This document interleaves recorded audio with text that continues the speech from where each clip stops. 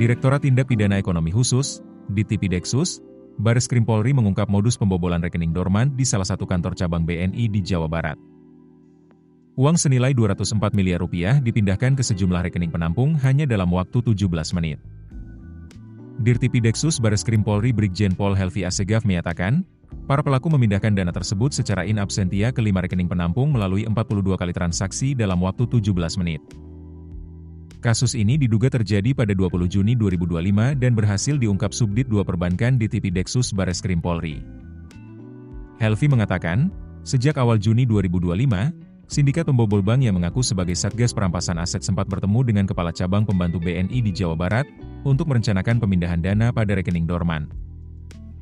Dari pertemuan tersebut, sindikat memaparkan cara kerja serta peran masing-masing, mulai dari persiapan, eksekusi, hingga pembagian hasil. Polisi menduga ada unsur pemaksaan dalam aksi ini. Jaringan sindikat pembobol memaksa kepala cabang menyerahkan user ID aplikasi core banking sistem milik teller dan kepala cabang.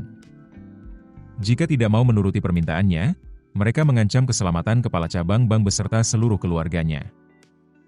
Ia menuturkan, sekitar akhir Juni 2025, jaringan sindikat bersama kepala cabang bersepakat melaksanakan eksekusi pada Jumat pukul 18 WIB, atau setelah jam operasional bank.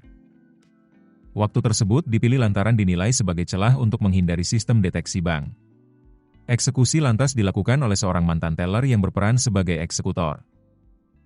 Ia melakukan akses ilegal ke aplikasi core banking system untuk memindahkan dana senilai 204 miliar rupiah ke 5 rekening penampung. Dalam kasus ini, Bareskrim Polri menetapkan 9 orang tersangka, terdiri dari karyawan bank, eksekutor, hingga pelaku tindak pidana pencucian uang. Polisi juga menyita sejumlah barang bukti, antara lain uang sekitar 204 miliar rupiah, 22 unit telepon genggam, 1 hard disk, 2 DVR CCTV, 1 unit mini PC, dan 1 notebook. Para pelaku dijerat dengan sejumlah pasal, yakni tindak pidana perbankan dengan ancaman 15 tahun penjara dan denda 200 miliar rupiah, pasal ITE dengan ancaman 6 tahun penjara dan denda 600 juta rupiah, pidana transfer dana dengan ancaman 20 tahun penjara dan denda 20 miliar rupiah, serta tindak pidana pencucian uang, TPPU, dengan ancaman 20 tahun penjara dan denda 10 miliar rupiah.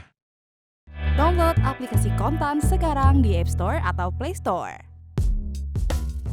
Keputusan bisnis terbaik datang dari data, bukan tebakan. Mudah berlangganan Business Insight dengan subscribe with Google.